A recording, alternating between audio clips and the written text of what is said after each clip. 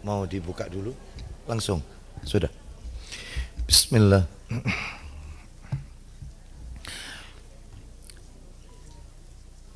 Assalamualaikum warahmatullahi wabarakatuh.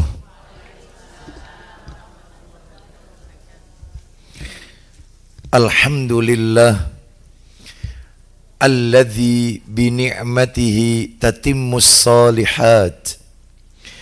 Wa ashhadu an la ilaha illallah wahdahu la syarika lah wa ashhadu anna Muhammadan abduhu wa rasuluh. Ya ayyuhalladzina amanu ittaqullaha haqqa tuqatih wa la tamutunna illa wa antum muslimun. Amma ba'du,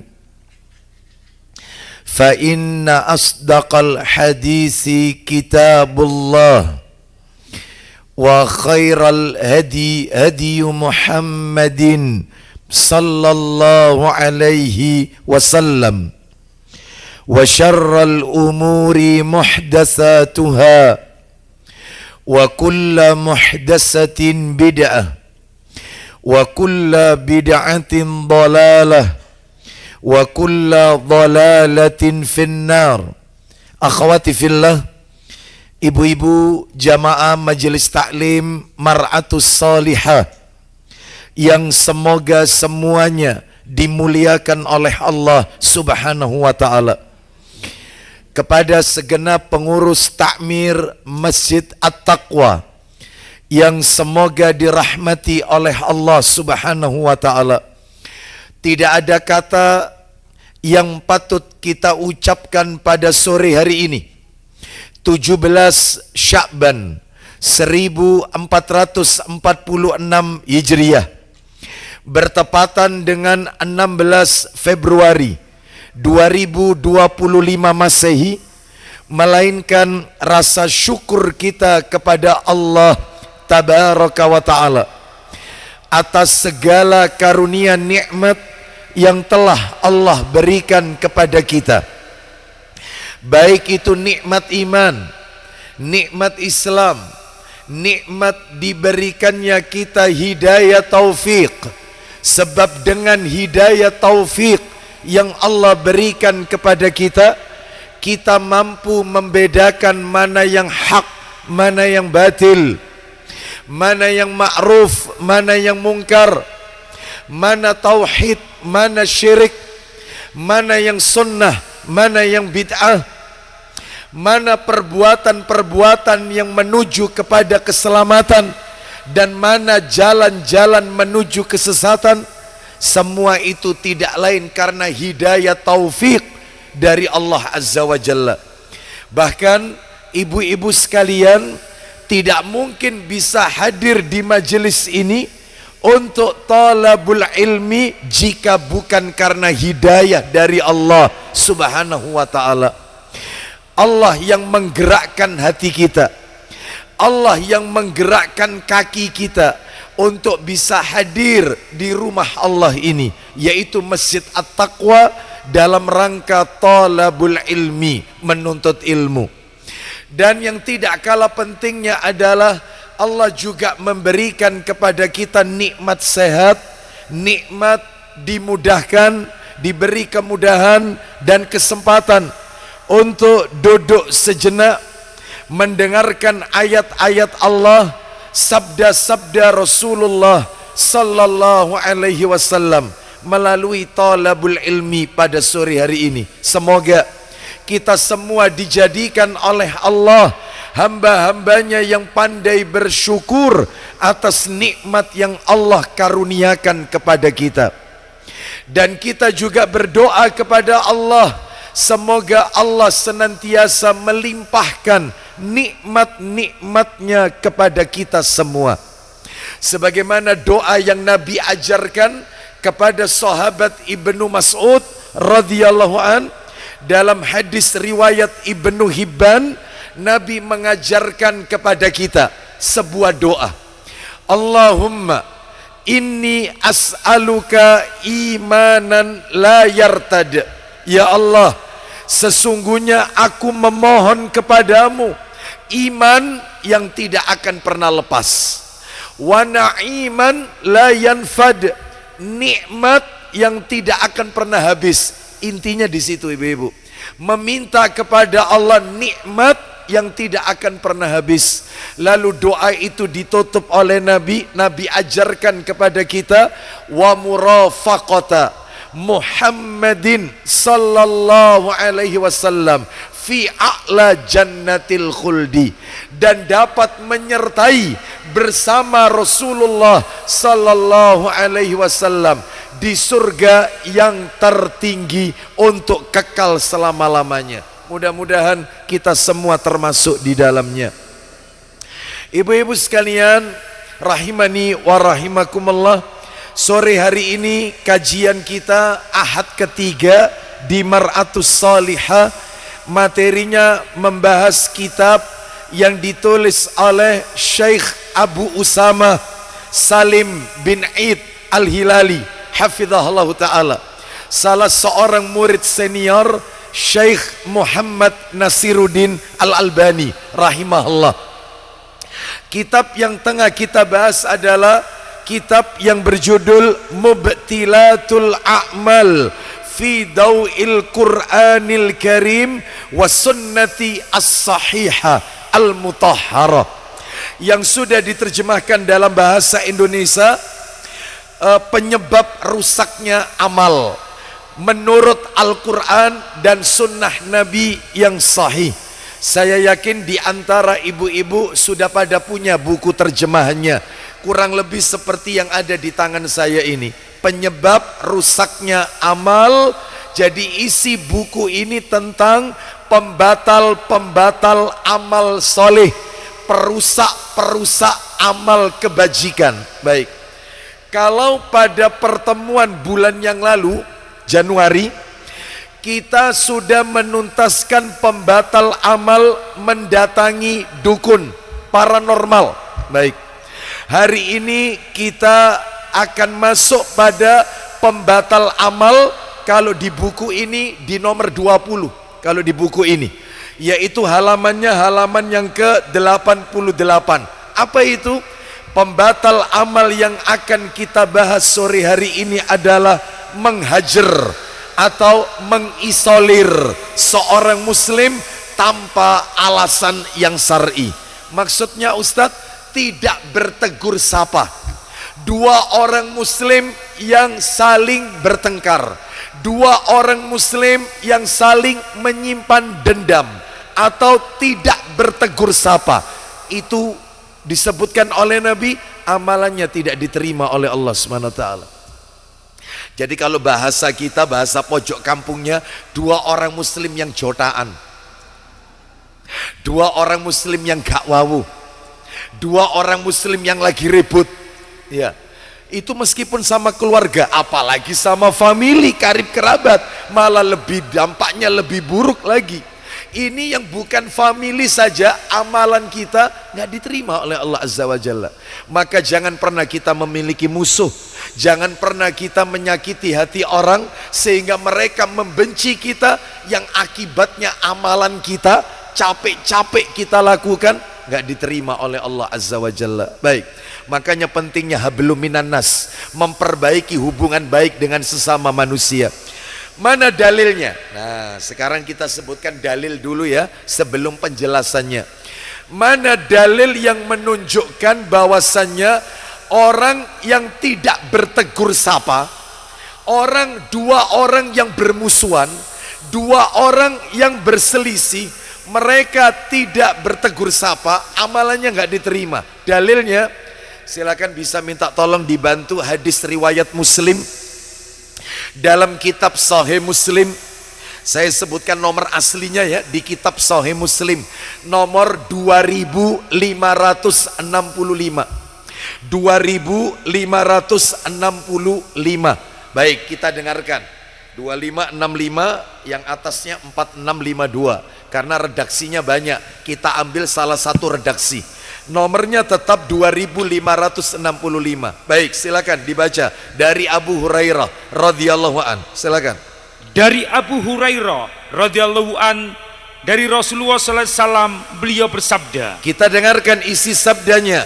Tuftahu abwabul jannati yaumal isnaini wa yaumal khamis. Silakan. Seluruh amal manusia dihadapkan kepada Allah Subhanahu wa taala 2 kali dalam sepekan. Nomor berapa itu atasnya? 4652.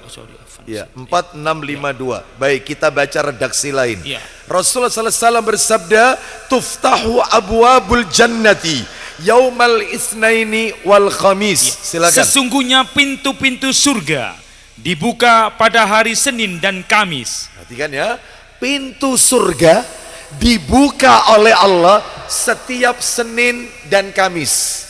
Masya Allah. Lalu kemudian, fayughfaru likulli abdin la yushriku billahi syai'an illa rajulan kanat bainahu wa baina akhihi syahna'u. Silakan. Semua dosa hamba yang tidak menyekutukan Allah dengan sesuatu akan diampuni. Baik, stop sampai di situ. Mudah-mudahan kita termasuk di dalamnya.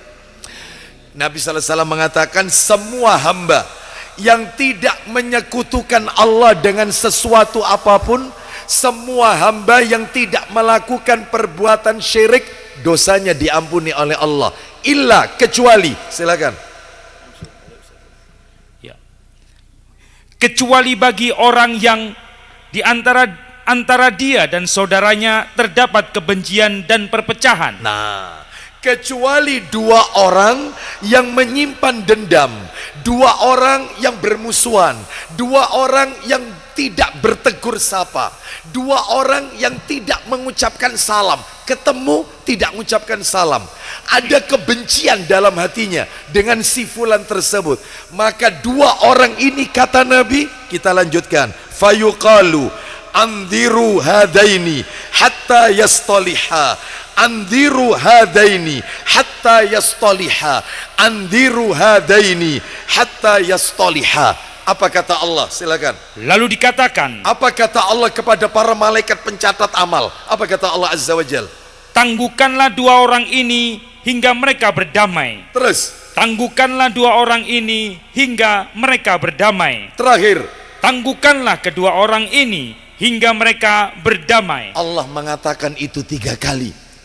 Tangguhkan dosanya orang ini, jangan dihapus dulu sampai 2-duanya ini berdamai, 2 orang ini baru diampuni dosanya. Sebab kalau enggak terus musuhan, maka enggak diampuni dosanya oleh Allah. Ya. Berarti ini menunjukkan kepada kita bahwasannya mengisolir seorang muslim, tidak bertegur sapa adalah termasuk perusak amal-amal soleh. Ya.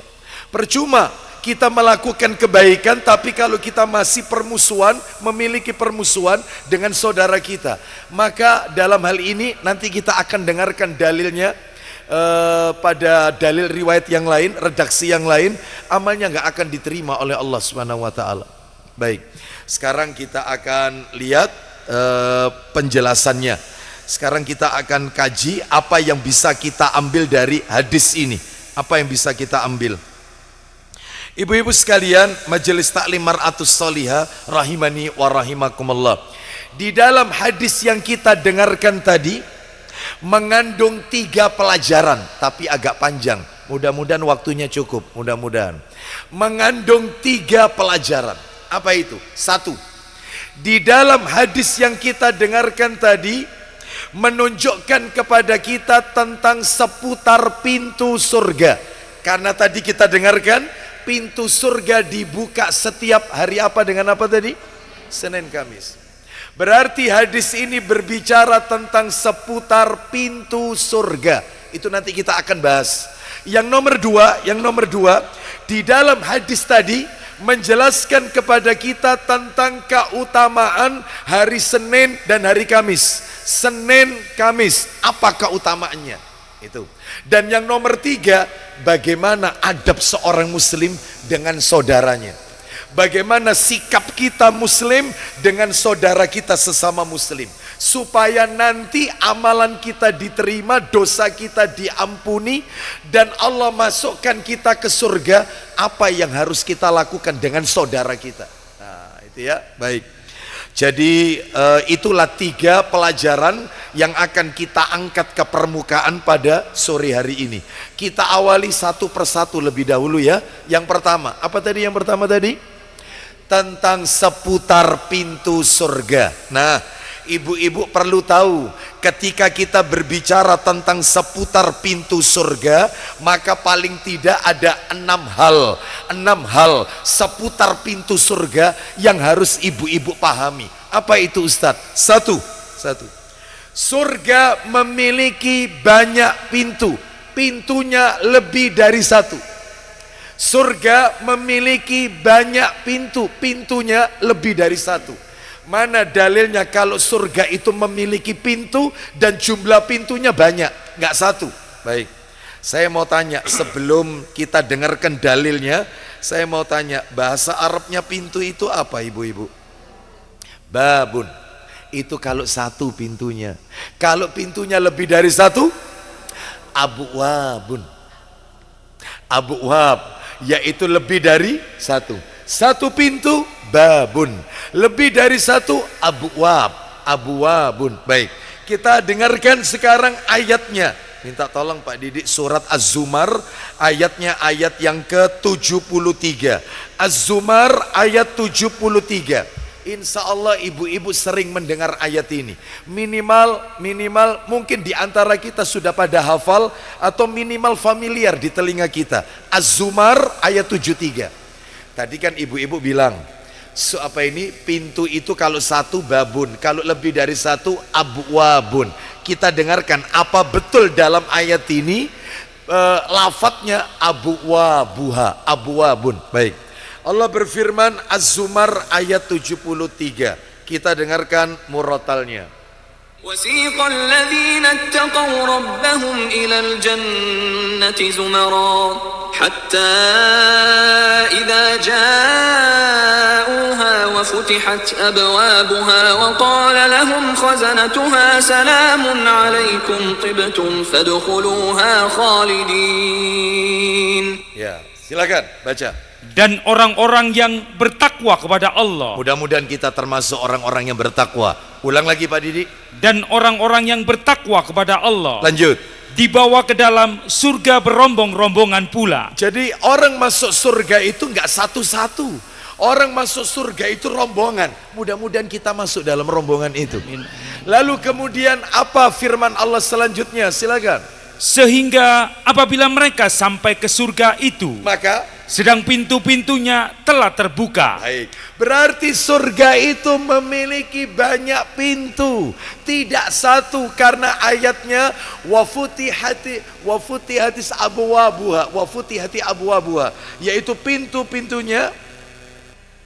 Hatta idza ja'uha wa futihat abwabuha, pintu-pintunya telah terbuka. Berarti jumlah pintu surga lebih dari 1. Itu yang pertama. Yang kedua, kan ada 6 seputar surga yang harus kita ketahui. Yang nomor 2 sekarang, ternyata jumlah pintu surga itu ada 8. Kalau tadi tidak disebut angka, sekarang sudah menyebut pintu surga jumlahnya ada 8. 8 pintu surga. Lah kalau neraka Ustaz, 7. Mana dalilnya kalau surga itu punya 8 pintu? Baik, kita dengarkan, coba dibuka Sahih Bukhari, nomor asli, nomor 3257. Sahih Bukhari 3257. Kita dengarkan ya, Sahih Bukhari 3257. Ayo dibaca. Silakan. Dari Sahal bin Sa'ad radhiyallahu an, dari Nabi SAW, beliau bersabda. Kita dengarkan isi sabdanya.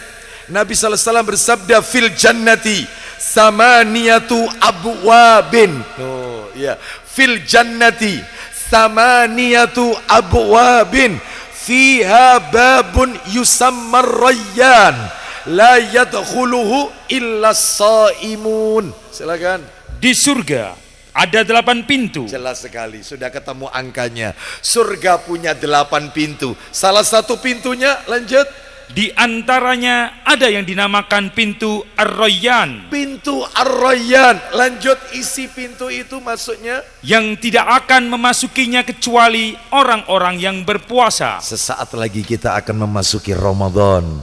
Semoga Allah pertemukan kita dengan Ramadan dan kita beribadah penuh di bulan Ramadan dan tercatat kelak di akhirat akan memasuki pintu Ar-Rayyan. Ya, jadi ini menunjukkan surga memiliki 8 pintu. Salah satunya bernama bab pintu Ar-Rayyan. Pintu Ar-Rayyan khusus yang masuk ke situ orang yang rajin puasa, baik puasa wajib maupun puasa yang sunnah. Kalau puasa wajib Ramadan, puasa membayar nadar, puasa membayar kafarat itu wajib. Adapun yang sunnah banyak, Senin Kamis, Ayamul Bid, puasa Daud, puasa 6 hari di bulan Syawal, puasa Asyura, puasa Arafah, banyak puasa sunnah. Orang yang rajin saum berpuasa, dia akan masuk ke dalam pintu itu. Baik, sekarang kita lanjutkan. Nah, kalau neraka, berapa pintu tadi neraka? 7. Di mana dalilnya neraka itu punya 7 pintu? Mana dalilnya neraka punya 7 pintu? Dalilnya di dalam Al-Quran. Allah Ta'ala berfirman di surat yang ke-15. Silakan dibuka surat 15 Al-Hijr. Surat 15 Al-Hijr ayatnya 43 dan 44. 43 dan 44. Allah Ta'ala berfirman, Wa inna jahannam lamaw'iduhum ajma'in. silakan. Laha sab'atu abwabin likulli babin minhum juz'un maqsum. Nah, itu yang horor itu yang terakhir itu. Silakan. Ayo. 43 Ustaz. 43, 44. Surat 15 ayat 43 dan 44. Silakan. Dan sesungguhnya Jahanam itu benar-benar tempat yang telah diancamkan kepada mereka, yaitu pengikut-pengikut syaitan semuanya. Lanjut. Jahanam itu mempunyai 7 pintu. 7 pintu. Terus. Tiap-tiap pintu telah ditetapkan untuk golongan yang tertentu dari mereka. Waliyadzubillah. Allahumma inna na'udzubika minan nar. Ya, semoga Allah jauhkan kita dari azab api neraka. Kita lanjutkan sekarang yang nomor 3, seputar surga. Ibu-ibu sekalian, surga punya 8 pintu. Ternyata pintu-pintu surga itu dibuka oleh Allah dalam 2 keadaan. Jadi semua pintu surga dibuka 2 keadaan. Kapan itu? 1, Senin Kamis. Yang kedua, ketika memasuki Ramadan, dibuka oleh Allah. Jadi saya ulang, surga memiliki 8 pintu. Pintu-pintu surga itu dibuka oleh Allah pada 2 keadaan. Yang pertama setiap Senin dan Kamis, dan yang kedua di bulan Ramadan. Mana dalilnya? Dalil. Ayo dibuka Sahih Targhib wa Tarhib. Nomornya jilid 2, Sahih Targhib wa Tarhib. Nomornya 998. Kita dengarkan. Sahih Targhib wa Tarhib nomor 998, jilid 2. Ya, pintu surga dibuka pada 2 keadaan, Senin Kamis dan bulan Ramadan. Baca, silakan. Dari Abu Hurairah radhiyallahu an bahwa Rasulullah sallallahu alaihi wasallam bersabda. Kita dengarkan isi sabdanya 998. Ya, silakan baca. Apabila Ramadan tiba, Ya, 998. Baik. Idza jaa Ramadan futihat abwabul jannah wa ghulliqat abwabun nar wa suffidatis syayatin. Silakan. apabila Ramadan tiba, maka pintu-pintu surga dibuka. Ramadan kalau tiba, pintu-pintu surga dibuka. Terus, Pintu-pintu neraka ditutup. tutup pintu neraka. Lalu, Dan setan-setan dibelenggu dengan rantai. baik, setan-setan dibelenggu. Muncul yang ada yang bertanya, Ustadz, lah kalau Ramadan setan itu diikat, dibelenggu, terus kenapa di bulan Ramadan kok masih banyak orang melakukan maksiat? Ibu-ibu harus tahu, di dalam hadis riwayat Ibnu Majah, dalam kitab Sunan Ibnu Majah, kalau nggak salah jilidnya jilid 2, itu kata Nabi ada lanjutannya. Yang diikat itu adalah para pemimpin syaitan, sedangkan anak buahnya yang masih keliwiran diampel. Sepanjang juga ya, wis gak terima. Ya sing duwe ampel gak terima. Ya, sepanjang juga ya. Jadi yang diikat itu adalah pemimpinnya, sedangkan anak buahnya ya tetap berkeliaran. Makanya jangan kaget kalau kita masuk Ramadan, seringkali di layar kaca kita, televisi kita menyiarkan berita-berita yang bikin kita mengelus dada, yaitu narkoba tertangkap, belum lagi yaitu penggerebekan, melakukan zina, belum lagi ya Allah jari ini setan dicancang. Lah kok ini itu yang diikat itu pemimpin. Ini anak buahnya ini. Ya. Baik, ya. Kita lanjutkan. Baik, kita lanjutkan. Ini yang pertama. Jadi pintu surga dibuka ada berapa keadaan? 2. Yang pertama saat bulan Ramadan, bulan Ramadan. Yang kedua Senin Kamis. Mana dalilnya bahwasanya pintu surga dibuka pada Senin dan Kamis? Ayo dibuka dalilnya, Sahih Targhib wa Tarhib jilid 2 nomor 1042, 1042 di jilid 2. Ya, silakan Pak Didi. Dari Abu Hurairah radhiyallahu an, ya, bahwasanya Nabi SAW berpuasa Senin dan Kamis. Terus Lalu ditanyakan kepada beliau, wahai Rasulullah. Ya, Nabi tidak pernah meninggalkan puasa Senin Kamis, nggak pernah. Terus kemudian, wahai Rasulullah, apakah engkau berpuasa Senin dan Kamis? Baik, apakah Anda sering puasa Senin Kamis? Apa jawaban Nabi? Maka beliau menjawab, Ya. Sesungguhnya Allah mengampuni setiap muslim pada hari Senin dan Kamis. Masya Allah, diampuni dosanya muslim tiap Senin Kamis, kecuali, lanjut, kecuali 2 orang yang saling bermusuhan. gak diampuni dosanya. Terus kemudian Allah berfirman, ya silakan, biarkan keduanya sehingga keduanya berdamai. biarkan 2 orang itu sampai keduanya berdamai, baru terima amalannya, dosanya ampuni. Sebab selama dia belum berdamai, masih eker-ekeran, maka jangan diampuni dosa-dosanya. Jadi tidak tercatat amalnya dan dosanya tidak diampuni oleh Allah Azza wa Jalla. Bayangkan, ini berat ini ya. Bahkan coba yang 2C Pak Didi ya, redaksi lain masih nomor yang sama tapi 2C ya. Tuftahu abwabul jannati yaumal isnain wa yaumal khamis. Silakan. Dari Abu Hurairah radhiyallahu an, pintu-pintu surga dibuka pada hari Senin dan hari Kamis. Maka semua hamba yang tidak menyekutukan Allah dengan sesuatu terus diampuni, kecuali seseorang yang di antara dirinya dengan saudaranya terdapat permusuhan. Jadi pintu surga dibuka setiap Senin dan Kamis. Berarti sudah lengkap ya. Ini yang nomor 3. Pintu surga dibuka 2 keadaan, Ramadan dan setiap Senin Kamis. Yang keempat, pintu surga memiliki nama-nama. Ada namanya ibu-ibu. Surga itu punya nama-nama pintunya. Apa saja? Mari kita dengarkan. Sahih Muslim, buka. Nomornya 1027, 1027. Sahih Muslim. Ini nomor asli ya. Di nomor aslinya nomor 1027, riwayat Muslim. Ya, silakan. Atasnya 1705. Silakan. Ayo, baca. Ya.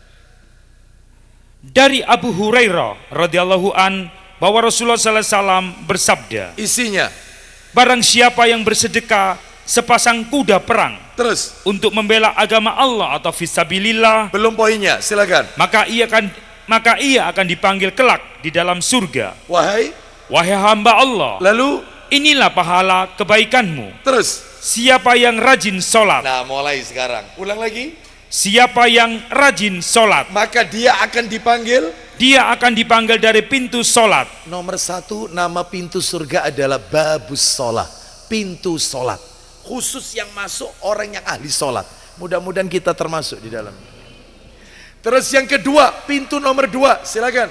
Dan siapa yang ikut berjihad untuk menegakkan agama Allah, maka dia akan dipanggil dari pintu jihad. Pintu yang kedua, pintu surga, babul jihad, pintu jihad. Nomor 1 pintu solat, nomor 2 pintu jihad. Lanjut, teruskan. Dan siapa yang rajin bersedekah, dia akan dipanggil dari pintu sedekah. Siapa saja yang suka mendermakan hartanya, entah itu zakat, entah itu sodako, maka dia akan dipanggil dari babus sodako, pintu sodako. Oh, ini ya. Pintu solat, pintu jihad, pintu sodako, termasuk zakat di sini. Karena sodako itu ada 2, ada sodako yang wajib namanya zakat, ada sodako yang sunnah yang selain zakat, tidak harus berupa uang. Karena apa? Karena Nabi pernah mengatakan dalam sabdanya, kullu ma'rufin sodako, setiap kebaikan itu adalah sodako. Bahkan senyum kita kepada saudara kita itu juga sodako. Jadi sodako sunnah itu tidak harus pakai fulus. Bahkan semua kebaikan kita itu adalah sodako. Adapun kalau zakat, itu beda lagi ya. Ada zakat fitrah, ada zakat mal dan seterusnya. Baik, yang nomor 4 pintu surga, silakan. Dan siapa yang rajin berpuasa, mulai rajin puasa, silakan. Dia akan dipanggil dari pintu Ar-Rayyan. Dia akan dipanggil dari pintu Ar-Rayyan, pintu khusus orang yang berpuasa. Ternyata ibu-ibu sekalian, hadis ini berhenti di sini. Padahal pintu surga berapa jumlahnya? 8. Lah sisanya yang 4 apa? Ternyata yang 4 disebutkan dalam riwayat yang lain. Saya sebutkan saja ya, 4 pintu surga yang lain. Yang kelima adalah pintu haji. Yang keenam pintu menahan amarah. Gak ngamuan. Ya. Terus yang ketujuh pintu memaafkan kesalahan orang lain. Suka memaafkan. Bisa kira-kira? Insya Allah bisa apa insya Allah tidak bisa? Insya Allah bisa. Nah, ya, suka memaafkan kesalahan orang. Yang kedelapan adalah pintu al-aiman. Apa itu al-aiman? Pintu al-aiman adalah pintunya orang yang bertawakal kepada Allah Subhanahu wa taala. Pintu tawakal. Baik. Jadi ibu-ibu sekalian, inilah 4 pintu yang disebutkan di dalam kitab Fathul Bari di juz yang ke-7 halaman 34. Baik. Sekarang kita akan masuk yang nomor 5. Berarti totalnya berapa tadi sudah pintu surga? 8. Nomor 1 apa tadi? Pintu sholat. Nomor 2 pintu jihad. Nomor 3 pintu sodako. Pintu nomor 4 pintu Ar-Rayyan, pintu bagi orang yang berpuasa. Nomor 6 haji. Nomor 7 amarah ya. Itu nomor 6 itu ya. Nomor 6 pintu menahan amarah. Pintu haji nomor 5. Nomor 6 pintu menahan amarah. Nomor 7 pintu memaafkan. Yang terakhir pintu al-aiman. Ada riwayat lain yang mengatakan sisanya yang 4 ini adalah pintu ilmu, pintu zikir, pintu berbakti kepada kedua orang tua, termasuk juga pintu taubat. Ada yang mengatakan demikian. Intinya sisanya yang 4 ini ulama beda-beda. Intinya surga punya 8 pintu. Sekarang yang nomor 5, pertanyaannya, ada enggak Ustadz orang itu yang dipanggil oleh 8 pintu? Jadi pintu sholat memanggil dia, pintu jihad memanggil dia, pintu sodako memanggil dia, pintu puasa Ar-Rayyan memanggil dia, termasuk sisanya yang lain, pintu haji, pintu menahan amarah, pintu memaafkan kesalahan orang, pintu al-aiman juga manggil dia. Jadi orang ini layak masuk ke salah satu 8 pintu surga, bebas mau pilih yang mana. Ada Ustadz, ada. Dan orangnya cuman 5 orang saja. 5 orang saja. Hanya 5 orang. 5 orang ini disukai 8 pintu surga. Mudah-mudahan ibu-ibu termasuk di dalamnya. kita semua. Tapi yang jelas ibu-ibu keluarga kita nggak mungkin bisa masuk yang nomor 1, nggak mungkin. Mungkin harapan kita nomor 2, 3, 4 dan 5. Harapan kita. Siapa saja 5 orang itu yang dipanggil oleh semua pintu surga, diinginkan oleh 8 pintu surga. 1, yang pertama, Abu Bakar As-Siddiq radhiyallahu anhu. Bisa kira-kira? Nah, maka kita bukan Abu Bakar As-Siddiq radhiyallahu anhu. Abu Bakar As-Siddiq radhiyallahu anhu. Mana dalilnya? Kalau Abu Bakar itu dipanggil oleh semua pintu-pintu surga. Dalilnya, coba yang tadi Pak Didik, Sahih Muslim 1027, lanjutkan hadisnya. Silakan teruskan. Ayo. Kemudian Abu Bakar bertanya, ya, wahai Rasulullah. Nah, ini lanjutannya hadis tadi, belum kelar soalnya tadi. Silakan. Wahai Rasulullah, adakah orang yang dipanggil dari semua pintu itu sekaligus? Nah, adakah orang yang dipanggil semua pintu itu? Lanjut. Rasulullah SAW menjawab, ya ada. Ya ada.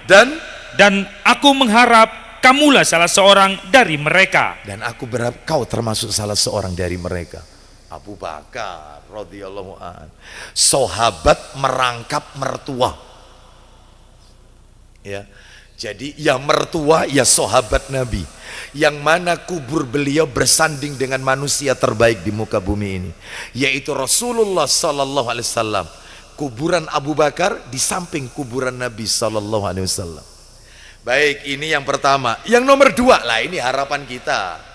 Nomor 2, nomor 3, nomor 4, nomor 5. Mudah-mudahan kita masuk di sini, mudah-mudahan. Siapa orang yang dipanggil 8 pintu surga itu? Yang kedua adalah orang yang mentauhidkan Allah. Orang yang mentauhidkan Allah, tidak menyekutukan Allah. Ya. Dan orang yang memiliki keyakinan, punya keyakinan Isa itu hamba Allah, Isa bukan Tuhan. Isa itu hamba Allah, Isa bukan Tuhan. Dan juga punya keyakinan surga itu ada, neraka itu ada. Sebab ibu-ibu mohon maaf, orang itu kalau masih menyekutukan Allah, terus orang itu masih punya keyakinan Isa itu sebagai Tuhan, terus gak percaya surga, gak percaya neraka, jangan harap 8 pintu surga memanggil dia. Jadi yang memanggil ini, yang dipanggil ini adalah mereka yang mentauhidkan Allah alias tidak syirik, punya keyakinan Isa hamba Allah bukan Tuhan, dan punya keyakinan surga itu benar, neraka itu benar, beriman kepada surga dan neraka. Dan surga sudah diciptakan. Loh, berarti sekarang sudah ada Ustaz, surga neraka sudah ada penghuninya, belum, menunggu yaumul akhir, penghisab, hari hisab. Tapi sudah diciptakan. Surga itu kekal, neraka itu kekal, tidak mungkin hancur. Baik. Dan tidak ada kematian di dalamnya, kekal untuk selamanya. Orang kalau punya keyakinan seperti ini dipanggil 8 pintu surga. Mana dalilnya? Ayo dibuka Sahih Muslim nomor 28. Sahih Muslim nomor 28 dari sahabat Ubadah bin As-Samit radhiyallahu an. Muslim nomor 28. Ayo. Dari Ubadah bin As-Samit radhiyallahu an, dia berkata, ya silakan. Rasulullah sallallahu alaihi wasallam telah bersabda, isinya langsung, barang siapa mengucapkan 2 kalimat syahadat, asyhadu an la ilaha illallah wa asyhadu anna muhammadar rasulullah, aku bersaksi bahwasanya tidak ada ilah yang berhak diibadai dengan benar kecuali Allah, dan aku bersaksi Nabi Muhammad itu utusan Allah, 2 kalimat syahadat. Terus kemudian lanjut. Dan bersaksi bahwa Nabi Isa adalah hamba Allah. Nah, Isa itu hamba Allah. Terus anak hambanya Allah, yaitu anaknya Maryam. Lanjut. Dan kalimat Allah Nabi Isa alaihissalam yang diletakkan pada Maryam dan ruh darinya. Nah, terus kemudian surga itu benar adanya. Terus neraka itu juga benar adanya. Berarti kalau begitu siapa yang punya 5 keyakinan? Ini kalau di total 5 ini. Yang pertama meyakini tidak ada Tuhan, tidak ada ilah yang berhak diibadahi dengan benar kecuali Allah, Nabi Muhammad utusan Allah. Yang kedua meyakini Isa itu hamba Allah, bukan Tuhan. Yang ketiga meyakini surga itu benar. Nomor 4 neraka itu benar. Berarti 4 keyakinan maksudnya. Lanjut teruskan. Di mana Allah akan memasukkan mereka yang dikehendaki ke dalam surga melalui salah satu dari 8 pintu surga yang dia kehendaki. Yang dia kehendaki, dia boleh bebas milih 8 pintu surga itu mau masuk kemana. Mau masuk ke pintu sholat, layak. Mau masuk ke pintu jihad, oke. Mau masuk ke pintu sodako, layak. Mau masuk ke pintu arroyan, boleh. Bebas, masuk pintu manapun. Wah, ini ya Bu, ini penting. Ini keyakinan ini harus ditanamkan. Saya pernah diminta untuk mengislamkan orang. Ceritanya ini. Karena ada kaitannya sama tadi yang dibaca Pak Didik tadi. Ya. Terus kemudian saya bilang, siapa yang mau masuk Islam ini? Laki-laki atau perempuan? Laki-laki Ustadz. Baik. Begitu didatangkan masuk masjid, saya tanya, disaksikan banyak orang. Dan sertifikat sudah kita siapkan. Kalau memang dia masuk, kita buatkan sertifikat supaya buat pegangan dia kalau hidup di masyarakat. Jadi sewaktu-waktu kalau dia meninggal, maka diperlakukan layaknya muslim. Baik. Sebelum tak bacakan atau menirukan syahadat saya tanya, Anda masuk Islam terpaksa atau tidak? Tidak. Baik. Anda masuk Islam ada tendensi lain, ingin menikahi wanita muslimah atau mungkin karena sebab lain? Tidak. Berarti Anda masuk Islam tujuannya yaitu dari hati sanubari saya yang paling dalam. Kenapa Anda memilih Islam? Saya tanya. Karena Islam memiliki banyak kebaikan. Sudah, yakin saya. Baik. Sekarang tirukan saya ya, tirukan saya. Gak apa-apa, pelan-pelan aja Mas, pelan-pelan. Nanti apakah Anda pengen ganti nama? Iya, saya pengen. Namanya kalau nggak salah Ruben waktu itu. Ruben. Namanya Ruben. Orang Ambon, Ruben. Terus kemudian berarti Anda mau ganti nama? Iya. Apa mau ganti namanya? Terserah Pak Ustadz. Baik kalau begitu. Saya tirukan saya Mas ya, tirukan. Sudah saya bacakan asyhadu alla ilaha illallah dan seterusnya. Sekarang artinya, dia kesulitan. Sekarang Anda tirukan saya artinya. Karena nggak apa-apa ibu-ibu sekalian, orang masuk Islam cuman baca artinya, sah. Ya. Tirukan saya bersaksi, tidak ada ilah yang berhak diibadai dengan benar kecuali Allah. Oke. Dan saya bersaksi Nabi Muhammad itu utusan Allah. Dan saya bersaksi Isa itu hamba Allah. Diam. Ayo Mas tirukan. Tanamkan, ucapkan Isa itu hamba Allah dan Isa bukan Tuhan, anak daripada hambanya Allah yaitu Maryam. Tirukan ucapan saya. Diam, nunduk. Berarti batal ya, gak bisa masuk Islam ini. Berarti dia masih punya keyakinan Isa itu sebagai Tuhan. Batal. Gak bisa. Harus ditanamkan. Sebab ada cuman sekedar asyhadu alla ilaha illallah wa asyhadu anna muhammadar rasulullah, tapi masih punya keyakinan Isa itu sebagai sesembahan. Wah, bahaya kayak gini. Berarti ini menipu yang seperti ini. Berarti ada tendensi lain. Itu mestinya disampaikan oleh para asatidah, para ustadz. Sampaikan kali seperti yang tadi Nabi katakan dalam hadisnya. Ya, saya bacakan ya teksnya ya. Jadi kan bunyinya begini, ya. Man qala asyhadu alla ilaha illallah wahdahu la syarikalah wa anna muhammadan abduhu wa rasuluh wa anna isa abdullah wa benu amati wa kalimatuhu alqaha ila maryam wa ruhun minhu. Jelas lengkap Nabi mengucapkannya. Tirukan. Kalau dia tidak mau mengucapkan, selesai, batal. Berarti nggak bisa masuk. Hati-hati ini. Banyak penipuan seperti ini, ya. Baik, sekarang yang nomor berapa? Yang dipanggil 8 pintu surga nomor 3. Yang ketiga, orang yang berwudu lalu membaca doa setelah wudu. Wudunya disempurnakan, setelah wudu lalu baca doa. Dia membaca doa. Bagaimana doa setelah wudhu? Ayo. Asyhadu an la ilaha illallah wa asyhadu anna Muhammadan abduhu wa rasuluh. Boleh ada redaksi lain. Asyhadu an la ilaha illallah wa asyhadu anna Muhammadan abduhu wa rasuluh. Allahumma ja'alni wa ja'alni mutatahirin. Boleh yang lain, redaksi lain, persis seperti kafaratul majelis. Subhanakallahumma wa bihamdika asyhadu an la ilaha illa anta astaghfiruka.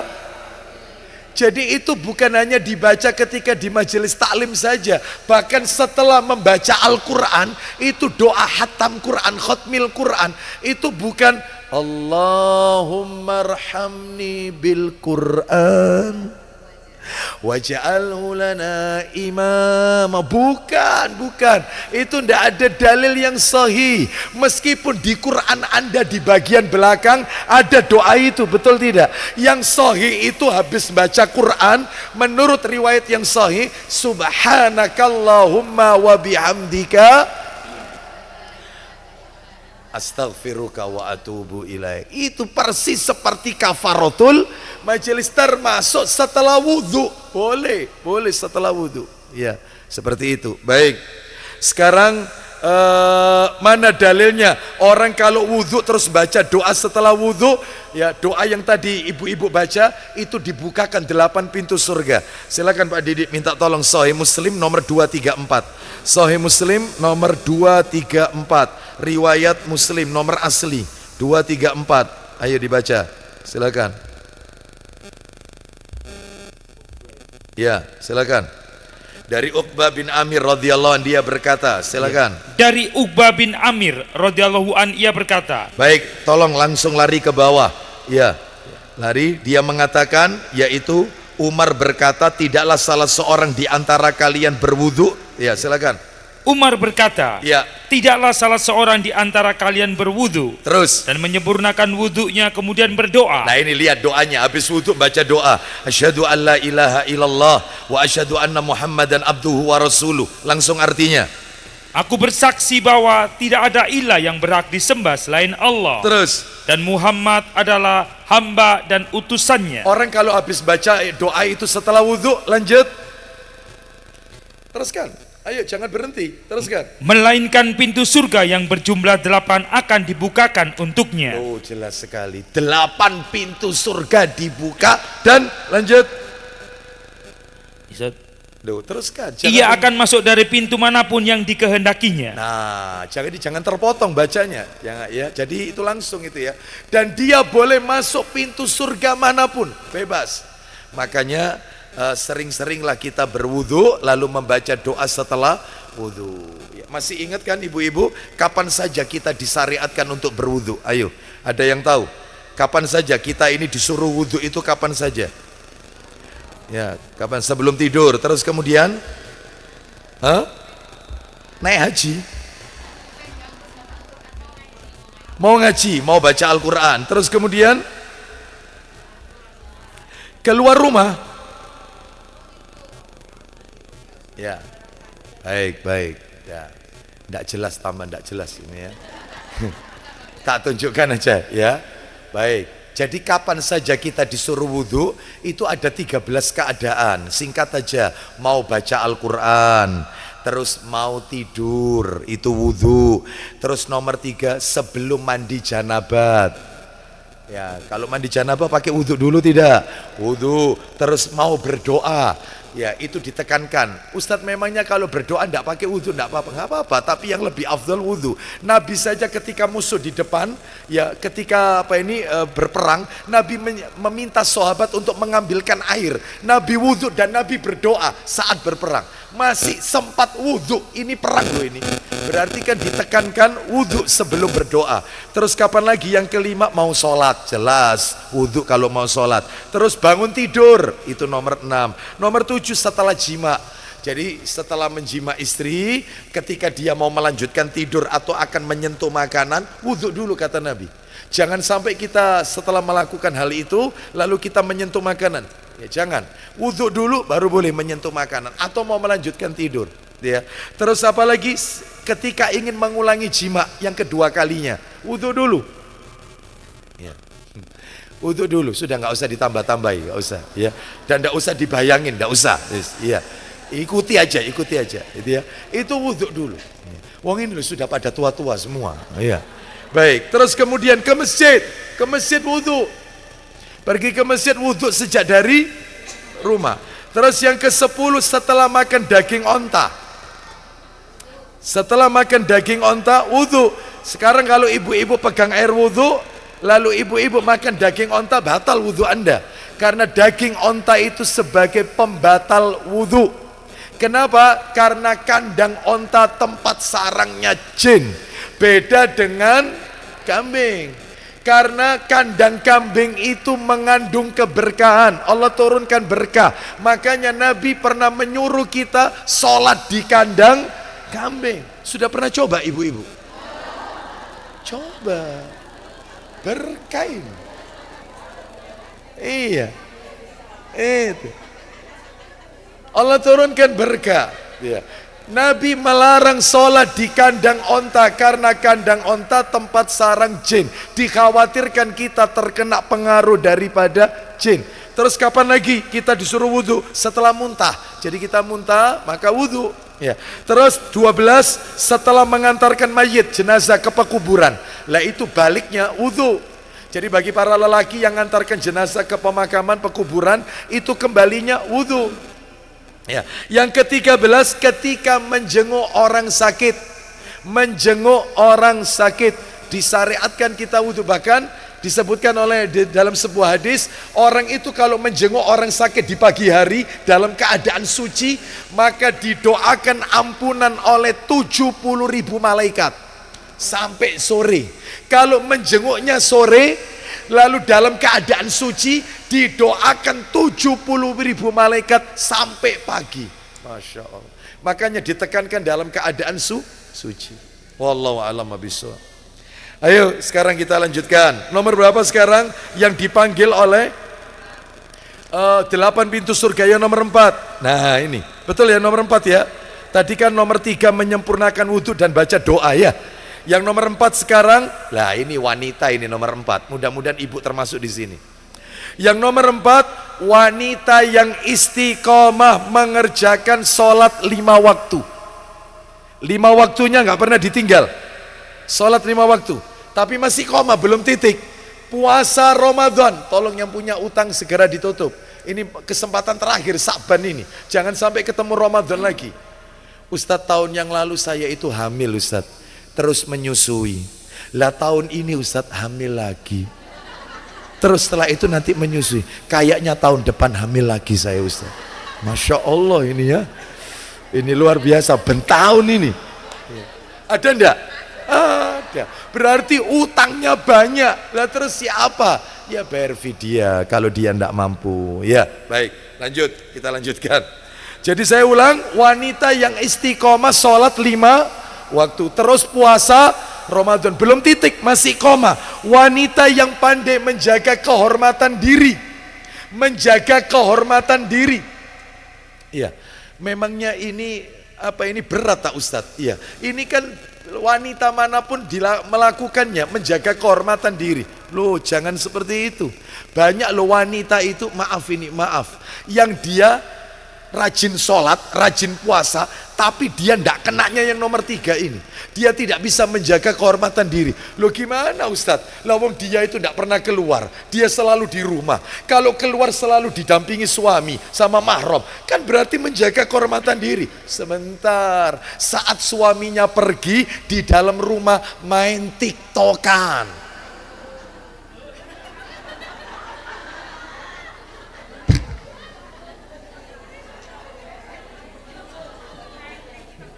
Sawalala, sahih apa tidak?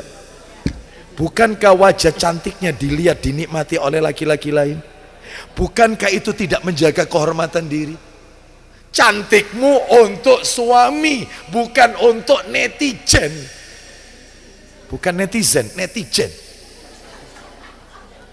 Itu Ya, hati-hati. Ya, berarti tidak menjaga. Mestinya dia memelihara kehormatan diri, nggak usah tampil di medsos. Ya, terus foto profilnya atau statusnya, dia lagi kemana, foto dan seterusnya. Nggak boleh. Kecantikan Anda dilihat oleh laki-laki yang bukan mahram.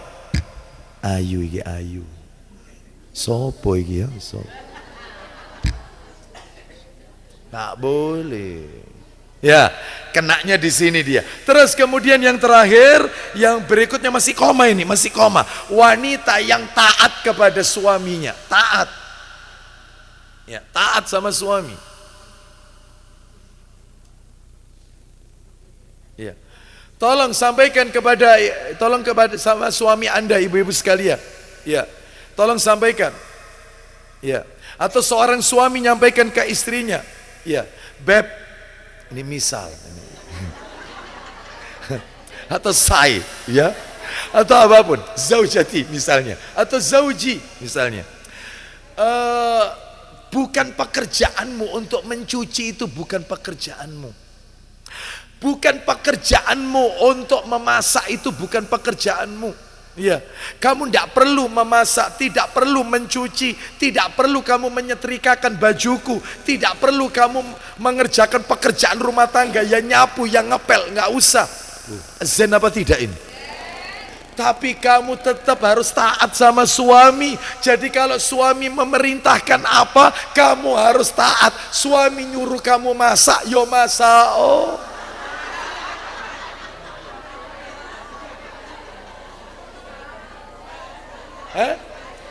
Suami menyuruh kamu untuk nyuci bajunya, cumban. Loh, kenapa? Kenapa ada masalah? Ada kalimat yang salah dari yang saya. Oh, kan disuruh taat kan? Nah, baik, kita lanjutkan. Mana dalilnya? Berarti ada 4 tipe wanita ya, yang sholat istiqomah 5 waktu, puasa Ramadan, menjaga kehormatan diri, plus mentaati suami. Mana dalilnya? Ayo dibuka Sahih Targhib wa Tarhib jilid 4. Oh, enggak ada ya Pak Didi ya? Enggak ada, silakan dibuka.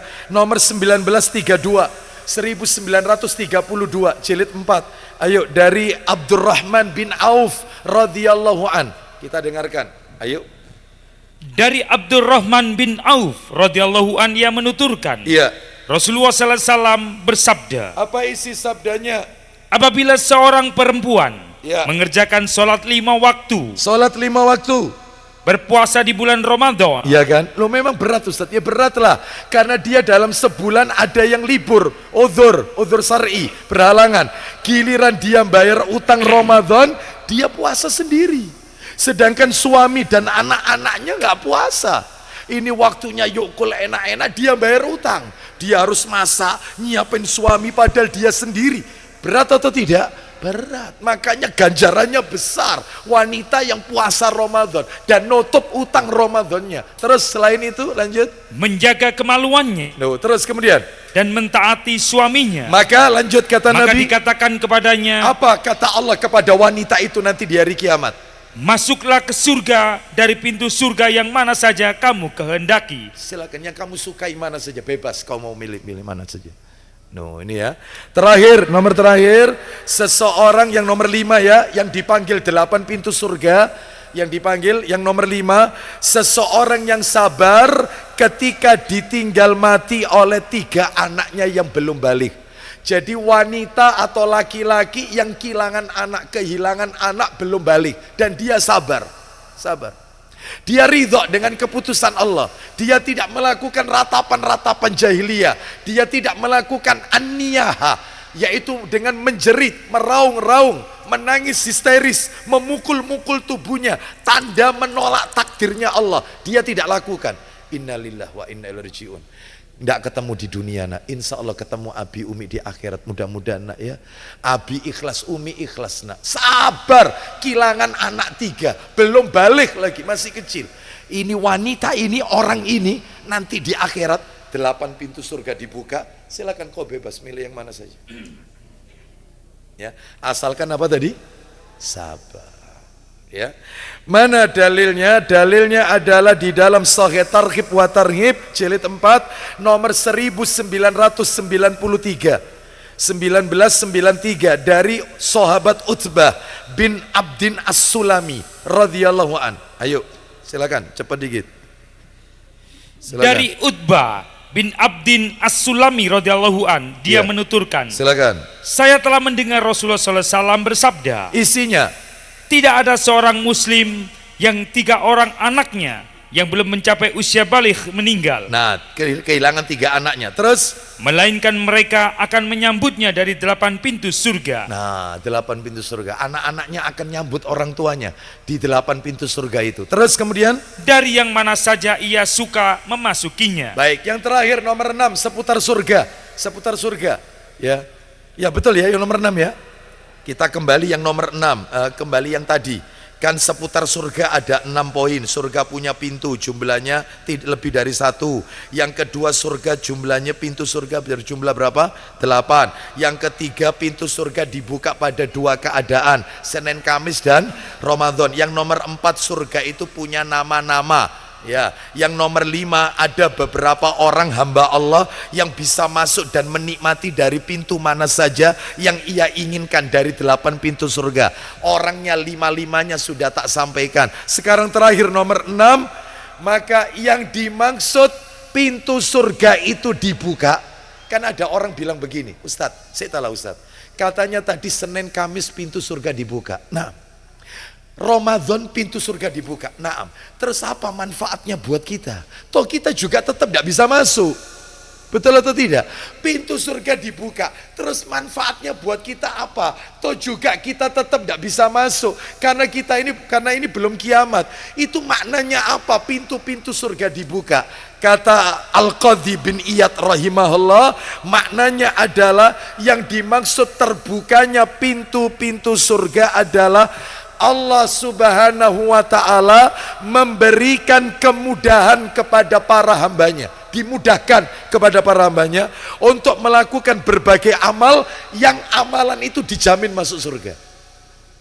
Jadi kalau ada orang, yaitu mohon maaf, dimudahkan sama Allah, tapi ada juga orang itu tidak dimudahkan dalam beribadah. Ada orang itu dimudahkan tahajud, nggak pakai jam alarm. Ya, HP-nya tidak disetting alarmnya. Dia juga tidak pesan kepada pasangannya, tolong tanginono kita orang. Enggak pesan. Tiba-tiba tiap jam 2 bangun dengan sendirinya. Padahal tidak ada alarm, tidak ada adzan, tidak ada apa. Sudah. Lah ini orang seperti ini dimudahkan beribadah. Ada orang itu tiap hari sholat duha 2 rakaat. Tapi ada orang yang susah sholat duha 2 rakaat. Bahkan bangun malam tahajud susah. HP sudah disetting, alarm sudah diputer. Bilang sama suami, bang, tolong nanti kalau kau dengar HP ku bunyi, tolong tanginono kita orang. Iya, ini HP berdering, alarm muni kering, ini sudah dihorek-horek ini. Tetap gak tangi, iya bang, iya. Tetap gak sholat. Berarti dia tidak dimudahkan oleh Allah untuk beribadah. Tapi ada orang itu ke masjid enteng, terus kemudian terawih dengan enaknya, baca Quran one day one juz, 1 hari 1 juz, tiap habis sholat 2 lembar, berarti 4 halaman bolak-balik, itu ya enak. Tapi ada orang itu tidak dimudahkan, baca Quran tok tidak bisa, gak bisa, sholat sering telat. Ya.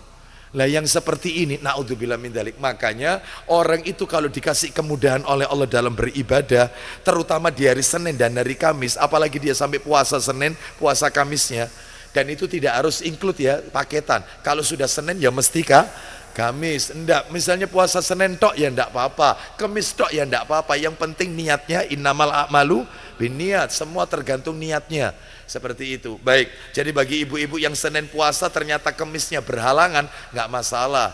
Berarti dia tetap dapat pahala itu. Jadi intinya dijamin masuk surga. Sama begini Bu, nih tak kasih ilustrasi lagi. Yang dimaksud pintu surga dibuka, Bu, Anda baca apa itu? Ada selebaran. Ada selebaran. Siapa yang selebaran itu adalah dari kampus misalnya ini. Dari misalnya kampus terkenal di Indonesia, jangan di luar negeri, Indonesia, UI Universitas Indonesia.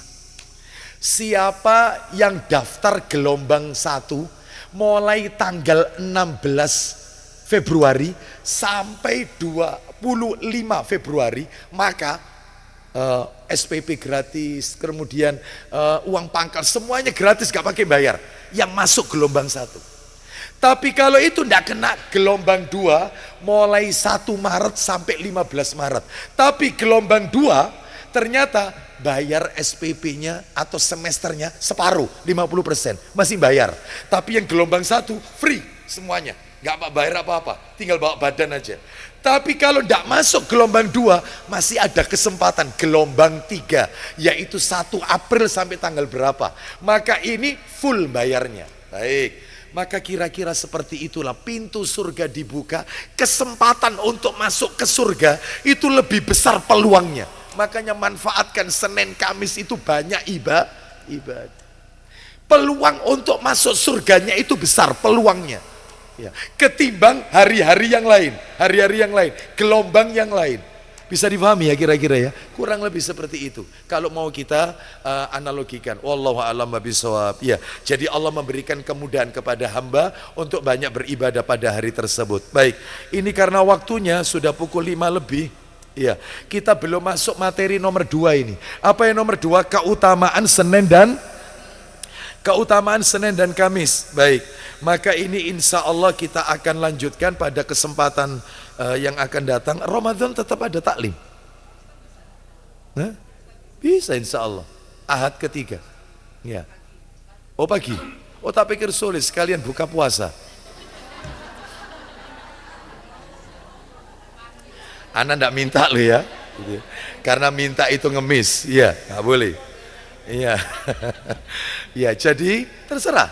Nanti ya dilihat, kalau memang pagi ya saya akan lihatkan. Tapi yang jelas kalau sore insya Allah saya kosong. Cuman mungkin ibu-ibu kan mepet dengan persiapan berbuka puasa. Baik ya, demikian. Insya Allah nanti akan ditindaklanjuti. Kita lihat lagi jadwal berikutnya. Baik, semoga Allah mudahkan kita untuk melakukan kebaikan-kebaikan. Semoga Allah pertemukan kita dengan Ramadan di tahun ini. Semoga Ramadan tahun ini bukanlah Ramadan yang terakhir bagi kita, tetapi Allah masih memberikan kesempatan kepada kita untuk menikmati indahnya Lailatul Qadar di masa-masa yang akan datang. Manfaatkan betul Ramadan tahun ini untuk beribadah, karena bisa jadi Ramadan tahun ini terakhir bagi kita. Setelah itu tidak ada kesempatan lagi.